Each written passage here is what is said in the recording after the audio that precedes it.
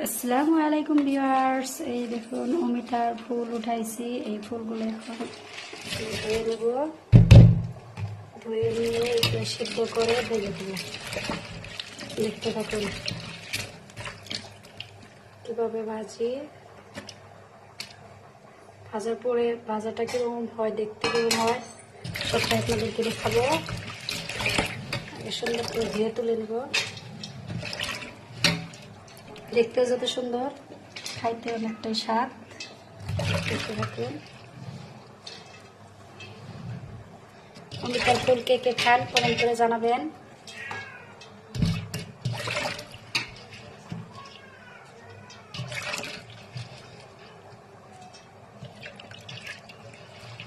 এর মাঝে দুটো আলু কাইটা দিব, তারপর তিতা হবে।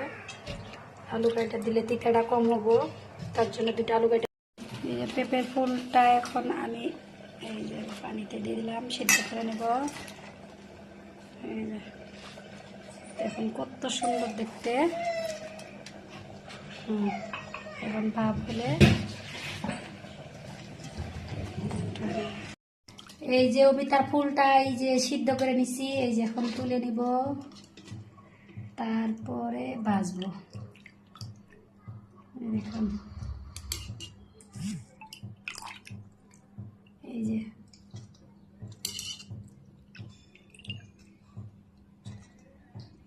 যাই যাই খাইছেন তাই তো মজা বুঝছেন, আর যাই যাই খান নাই তাই তাই এই সিস্টেমটা জানে রাখুন, এইভাবেই করবেন।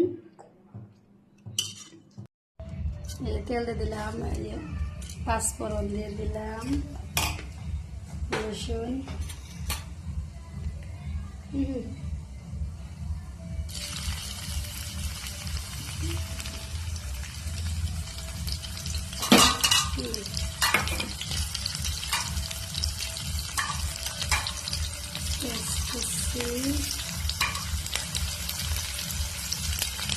কাঁচা লঙ্কা, সব কিছু দিয়ে দেওয়া হলে আমি ফুলটা দিলাম।